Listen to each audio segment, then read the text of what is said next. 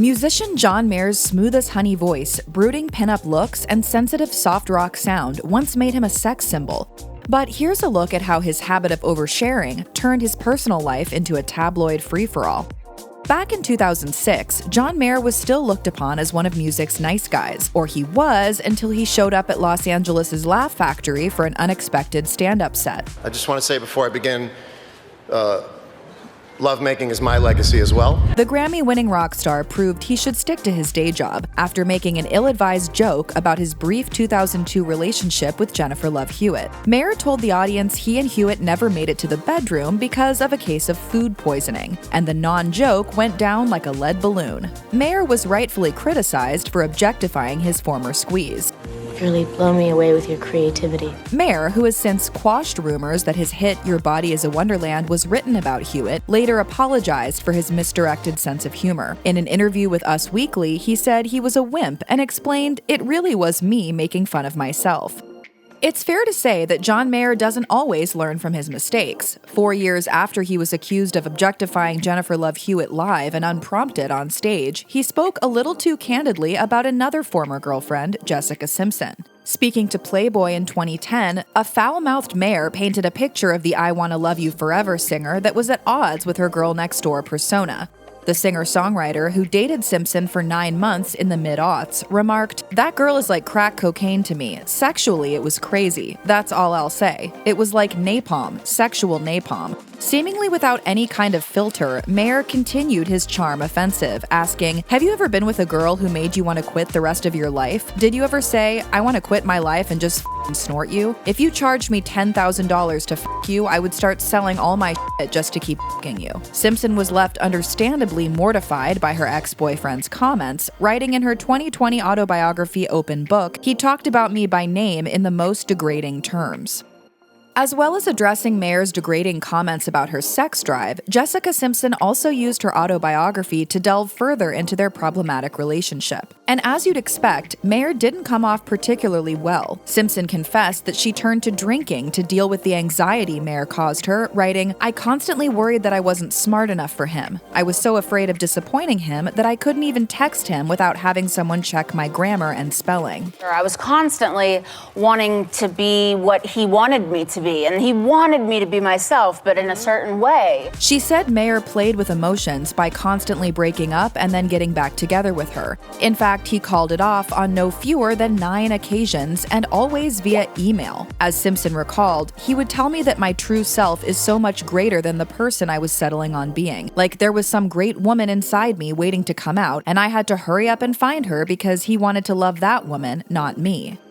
Jennifer Aniston was apparently unable to resist John Mayer's charms when she began dating him in 2008, but she soon found herself on the ever-growing list of celebrities he'd done wrong. Mayer and Aniston got together at an Academy Awards party, dated for a few months, then split up, after which Mayer went out of his way to make it clear that he was the dumper and not the dumped. When a gaggle of reporters waylaid him outside a New York gym, he very dramatically stated, "I'm the I burned the American flag. I basically murdered an ideal." The couple got back together but split for good in 2009. And once again, Mayer wanted everyone to know that he'd been the one to call things off. In his controversial interview with Playboy a year later, he revealed that a Las Vegas encounter with a woman named Dimples helped him to see that the morning show star wasn't the one. Referring to the fact that Aniston was 8 years older than him, Mayer added, "I'll always be sorry that it didn't last. In some ways, I wish I could be with her, but I can't change the fact that I need to be 32. Not content with publicly declaring that he dumped Jennifer Aniston, Mayer went on to out her as a technological Luddite. In his infamous Playboy interview, the singer denied rumors that his addiction to Twitter had caused the split, but did say their differing attitudes toward the online world had played a part. In a deeply patronizing manner, Mayer said, "If Jennifer Aniston knows how to use BitTorrent, I'll eat my fucking shoe. I think she's still hoping it goes back to 1998. She saw my involvement in technology as courting distraction, and I always said, these are the new rules." Aniston had previously insisted she harbored no ill feelings toward her ex, but in 2008, she expressed her irritation to Vogue. "He had to put that out there that he broke up with me, and especially because it's me. It's not just some girl he's dating. I get it, we're human." Still, despite Mayer's less than stellar behavior, Aniston went on to add, "We talk, we adore one another, and that's where it is." In 2010, John Mayer once again proved to be a reporter's dream when he gave a no-holds-barred interview to Rolling Stone, which pretty much redefined the term overshare. Mayer opened up about his opinions about fame and his masturbatory habits, but it was his comments about female genitalia that grabbed the headlines. Lamenting the difficulties of finding a long-term girlfriend, Mayer asked, "Do you think it's going to take meeting someone who I admire more than I admire myself? Like, you need to have them be able to go toe-to-toe with you intellectually. But don't they also have to have a vagina you could pitch a tent on and just camp out on for like a weekend?" And Mayer didn't stop there. He went on to say that he was essentially looking for, quote, the Joshua tree of vaginas, whatever that means. He then went on to claim that, at least at the time, he was only interested in sleeping with girls he'd already slept with, saying, "I can't fathom explaining myself to somebody who can't believe I'd be interested in them. And they're going, but you're John Mayer." Controversial gossip blogger Perez Hilton found himself on the receiving end of John Mayer's insatiable appetite for drama in the aughts when Mayer planted a public kiss on him. It wasn't a romantic kiss by any means. It was simply an act of one-upmanship. In his famously outspoken chat with Rolling Stone, Mayer revealed the circumstances behind the unlikely encounter while using an unfortunate homophobic slur that we won't repeat, saying, "Perez Hilton was flitting about this club like he had just invented homosexuality. All of a sudden, I thought, I can out-gay this guy right now. I grabbed him and gave him the dirtiest, tonguiest kiss I have ever put on anybody." My former makeout partner, John Mayer, has some major issues. Firing back via his 2020 memoir, TMI, My Life in Scandal, Hilton said Mayer confessed his fascination with gay porn during the encounter. And with trademark Mayer class, said Jessica Simpson, his then-girlfriend, quote, "didn't seem to know whether she was incredibly embarrassed or really turned on."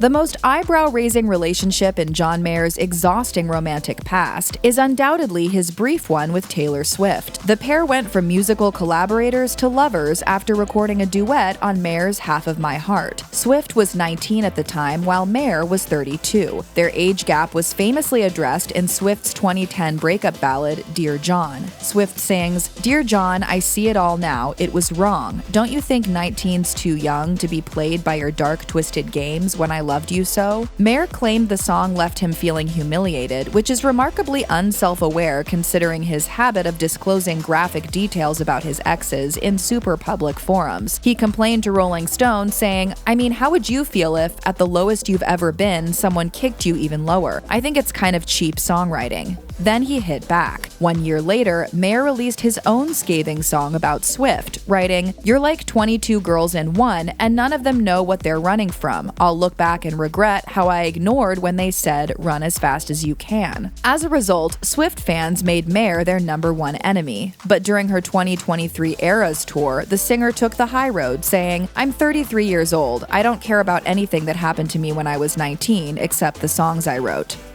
In his all-too-revealing interview with Playboy, Mayer confessed to being addicted to porn. In fact, he admitted to being so enamored with pornography that his ultimate career goal was to write it. But do you think they shouldn't have printed that? No! I do think they should have printed it. Mayer explained that the proliferation of media platforms had only increased his fondness for, quote, self-soothing, as he described it, saying, "You wake up in the morning, open a thumbnail page, and it leads to a Pandora's box of visuals. There have probably been days when I saw 300 vaginas before I got out of bed." Mayer also claimed that his habit had ruined his sex life, sharing, "During sex, I'm just going to run a film strip. This is my problem now. Rather than meet somebody new, I would rather go home and replay the amazing experiences I've already had." In Mayer's 2010 interview with Playboy, he compared his daily struggles, whatever they are, to those of Black America. And those weren't his only problematic comments about race. Mayer compared his manhood to white supremacist David Duke, and then said he was going to try to become more open-minded when it came to dating women of color. And he zeroed in on actress Kerry Washington. "I am not a fantasy. If you want me, earn me!" Out of nowhere, Mayer blurted, "She's super hot, and she's also white girl crazy. Kerry Washington would break your heart like a white girl." Mayer took a lot of well-deserved flack for his comments. Richard T. Ford, the author of The Race Card, How Bluffing About Bias Makes Race Relations Worse, told Us Weekly, Mayer's tongue-in-cheek racism satirizes racial stereotypes, but also sort of traffics in them. He's offensive and tiresome.